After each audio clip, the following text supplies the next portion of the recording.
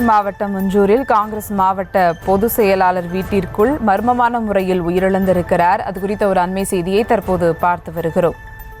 நீலகிரி மஞ்சூரில் காங்கிரஸ் மாவட்ட பொதுச் செயலாளர் ராஜ்குமார் மர்மமான முறையில் உயிரிழந்திருக்கிறார். வீட்டில் அழுகிய நிலையில் ராஜ்குமார் உடல் கண்டெடுக்கப்பட்டதால் அதிர்ச்சியானது ஏற்பட்டிருக்கிறது. மனைவியை பிரிந்து வாழும் ராஜ்குமார் 15 ஆண்டுகளாக தனியாக வாடகை வீட்டில் வசித்து வருகிறார். இது குறித்த ஒரு அண்மை செய்தியை தற்போது பார்த்து வருகிறோம்.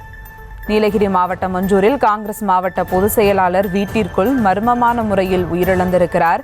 வழக்கு பதிவு செய்து மஞ்சூர் போலீசார் விசாரணையானது மேற்கொண்டு வருகின்றனர்.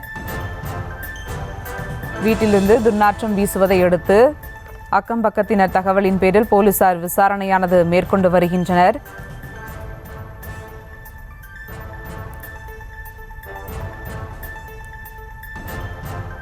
நீலகிரி மாவட்டம் மஞ்சூரில் காங்கிரஸ் மாவட்ட பொதுச் செயலாளர் வீட்டிற்குள் மர்மமான முறையில் உயிரிழந்திருக்கிறார். கூடுதல் விவரங்களோடு இணைகிறார் செய்தியாளர் அனீஷ். வணக்கம் அனீஷ், இந்த உயிரிழப்புக்கான காரணம் என்ன? விவரங்கள்.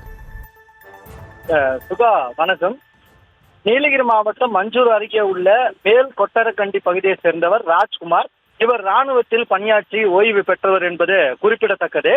இவருடைய பெற்றோர் ஏற்கனவே இறந்துவிட்ட நிலையில் கடந்த 15 வருடங்களுக்கு முன்பு இவருடைய மனைவியும் இவரை பிரிந்து சென்று விட்டதாலும் இவர் அப்பகுதியில் வாடகை வீட்டில் தனியாக வசித்து வந்துள்ளார். இவர் தற்போது நீலகிரி மாவட்ட காங்கிரஸ் கட்சியின் மாவட்ட பொதுச் செயலாளராக செயல்பட்டு வருகிறார்.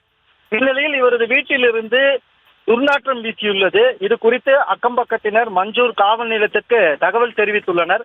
தகவலின் பேரில் இன்ஸ்பெக்டர் சிவகுமார் தலைமையிலான போலீசார் நேரில் சென்று பார்த்தபோது ராஜ்குமார் வீட்டில் இறந்த நிலையில் பிணமாக கிடந்துள்ளார். மேலும் இவர் இறந்து ஒரு சில நாட்கள் இருக்கலாம் என தெரிய வந்துள்ளது. மேலும் இச்சம்பவம் குறித்து காவல்துறையினர் அக்கம்பக்கத்தில் வசித்து வருபவர்களிடம் விசாரணை செய்து வருகின்றனர். ராஜ்குமாரின் உடல் அழுகிய நிலையில் இருந்ததால் இயற்கை மரணமா அல்லது தற்கொலை என்று செய்து கொண்டாரா என்பது குறித்து பல்வேறு கோணங்களில் போலீசார் விசாரணை நடத்தி வருகின்றனர். சுபா, விவரங்களுக்கு நன்றி அனீஷ்.